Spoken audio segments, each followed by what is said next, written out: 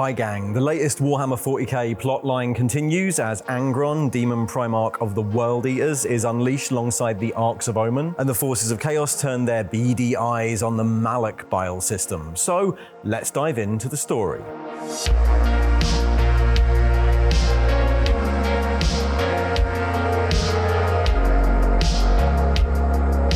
So the second Arks of Omen book is upon us, and as well as the new rules that someone else can make a video about, our story has progressed a bit. So, where did we leave off? In Arks of Omen Abaddon, we find the War Master of Chaos himself hiding out in the Warp, where he's propositioned by the Lord of the Soul Forges, the demigod of innovation run amok, Vashtor the Archiphane. Vashtor has a plan to gather up various esoteric and powerful artifacts from across the galaxy and forge them into a great key. A key that will unlock a vault that will unleash an even greater weapon, one that will raise him to the status of a major warp power and harm the Imperium in a way that converges with Abaddon's long war. Together they gather various Chaos warbands, gift them modified space hulks pulled from the depths of the warp, and send them out into the galaxy on a mission to recover these lost artifacts, and then, cause some chaos. And at the point we left them, the Eldar and the Imperium were just starting to realize what was happening. The Despoiler himself had deployed to Chiron Tertius, and Vashtor had gone to get the faltering mission to Malak bile back on track, and it's that mission that's the subject of this second book. Because the mission to Malak bile was led by the World Eaters and their demon primarch,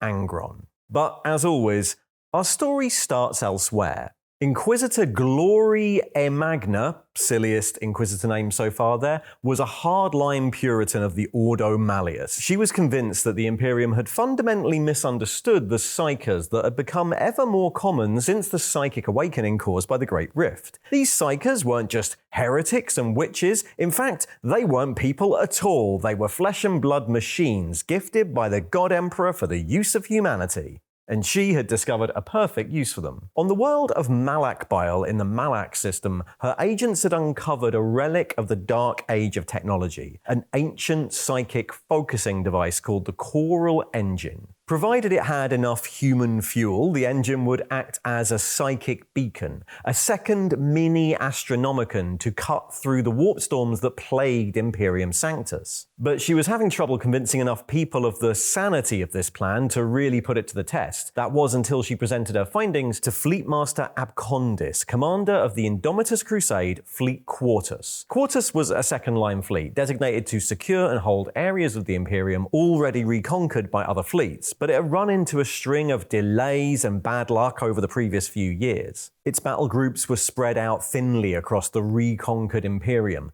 plagued by setbacks and poor communications, by delays and ambushes by the archenemy, eventually reaching the point where astropathic communication was practically impossible, and even short warp jumps incredibly dangerous. So, though he too had misgivings about the sanity of her plan, Inquisitor Emagna's Choral Engine seemed like it could be exactly what the fleet needed. They moved into action, Inquisitor Emagna's authority and Fleet Master Abcondis' resources, securing and fortifying the site, bringing its ancient engines back to life, and constructing around it the Fortress of Light. They located the supplies of psychers needed to keep it functioning, and initially it proved a great success. The shining light of the Choral Engine not only calmed the warp and aided in communication, but seemed to push back the Cicatrix Maledictum nearby. Soon, Fleet Quartus was starting to catch up on its targets, but the true threat of the engine wasn't revealed until months later, when a Grey Knight strike cruiser suddenly appeared in the Malak system, and Brother Captain Crom of the Fourth Brotherhood teleported directly aboard Abcondis' flagship, the Honor of Terror.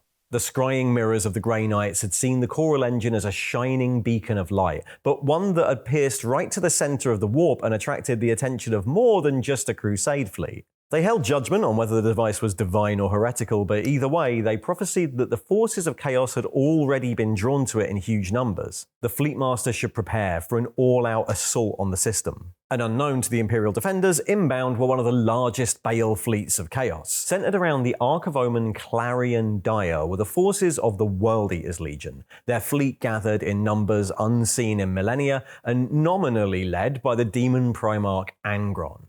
Of course, ANGRON had no intention of rescuing some artifact for the likes of Abaddon and Vashtor. The gift of the Clarion Dire had been a means to an end, to bring war to the Malak system and end this shining beacon of psychic power. ANGRON's life was one of pain and hallucination, but as a demon prince of Khorne, the presence of this shining warp light pained him most of all and offended his patron who despised the psychic arts. ANGRON was there, aboard his ancient flagship Conqueror, with a Space Hulk and half the World Eater's Legion at his back to destroy the Choral Engine and kill anything still standing on the planet of Malak Bile. But they weren't the only ones interested in the Malak system. The Tonekeepers of the Scourged, a Tzeentch warband, watched all this happening from their Ark of Omen, the Stygian Heart. They'd already achieved their objective and sent back the artifact they acquired. Now they were interested in the Choral Engine itself and the secrets it held. If they could arrive in-system before the Bale fleet of Khorne, they could claim the Choral Engine while the forces of the World Eaters and the Imperium dueled in the skies above. And so it was that the Stygian Heart and its attendant fleet was the first to make translation into the Malak system, and what they found was a system swarming with Imperial craft. On the warning of the brother captain, Fleetmaster Abcondis had summoned almost the entire of Fleet Quartus to Malak, and the void sang with Auspex returns from Imperial craft. The various battle groups and task forces moved in for the attack, and the Stygian Heart was harried all the way through the system, its fleet spread out, reaping a toll in Imperial defenders, buying as much time as possible, but eventually the Imperial numbers began to tell, and the Chaos Fleet was smashed aside. But as the defenders congratulated themselves on this easy victory and started to turn their guns on the Hulk itself, alarms sounded from their auger stations as the Bale fleet of the World Eaters translated in system, and suddenly it was the Imperials that were outnumbered. What followed was a bloody and brutal Void engagement. The Void Talons Space Marine chapter dueled with the fleet of the Demon Prince Drigor in the asteroid belt of Malacandrias. Admiral Aquilent Pell pulled his forces back from the Stygian Heart, but they were outgunned and sidestepped at Malacra as the Khorne fleet used the gravity of the planet to push them further in-system.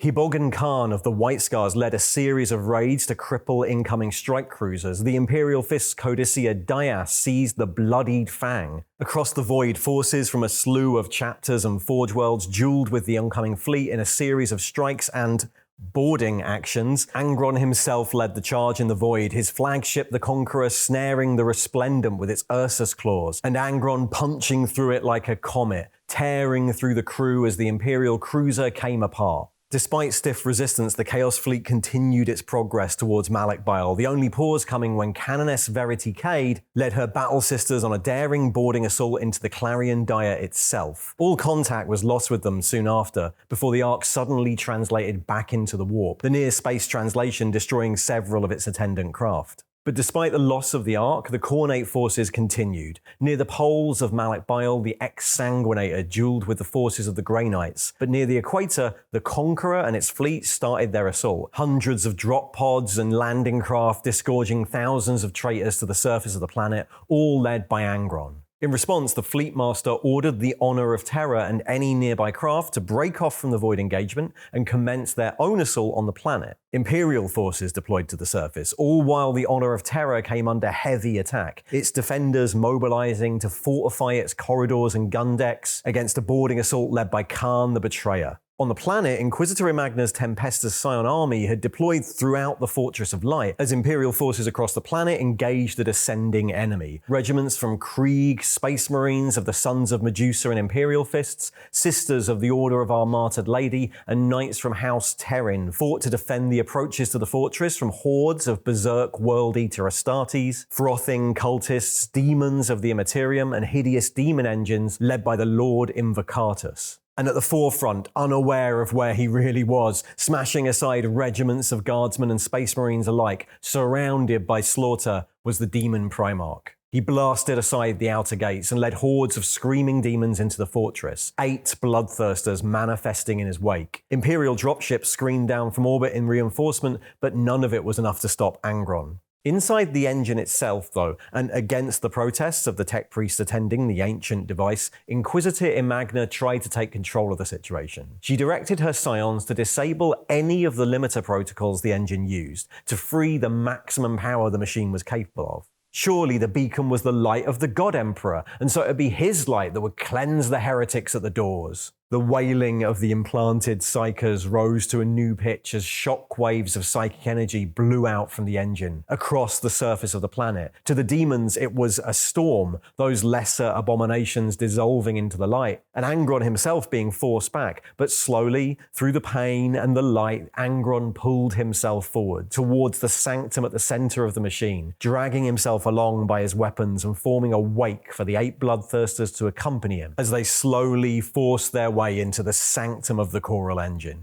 The defenders were no match for the greater demons. The surviving Grey Knights dueled ANGRON as the greater demons tore their way through the Tempestus Scions guarding the controls. Inquisitor Glori Emagna decapitated by the swing of a bloodthirster's axe, and Brother Captain Crom split in two by Spinegrinder, the axe of ANGRON.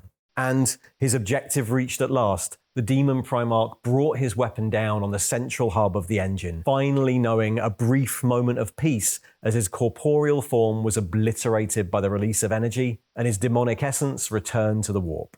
The psychic explosion that followed was literally world-shattering. The initial shockwave blew away the demons, but the fracture of the planet itself caused untold destruction on loyalist and traitor alike, as Malak tore itself in two, the shockwave casting ships into the warp unprotected. But the worst was still to come. The victory of Khorne and the sacrificial offering of the doomed armies manifested in the murder curse. Across the whole sector, the rage of Khorne overcame loyalist and traitor alike, the accursed no longer recognizing friend from foe. Loyalist guardsmen, Astartes, naval officers and sisters alike fell to the weapons of their comrades as the fury of Khorne boiled across the galaxy. Only the Grey Knights, Custodes and Sisters of Silence seemed to be immune. Eventually, the entire of Fleet Quartus was condemned as traitorous, so difficult was it to weed out the few who remained loyal. And through this explosion of bloodletting moved the Stygian Heart. The final Ark was still in system, having attempted escape during the final battle, but seeing his chance to recover an artifact slip away,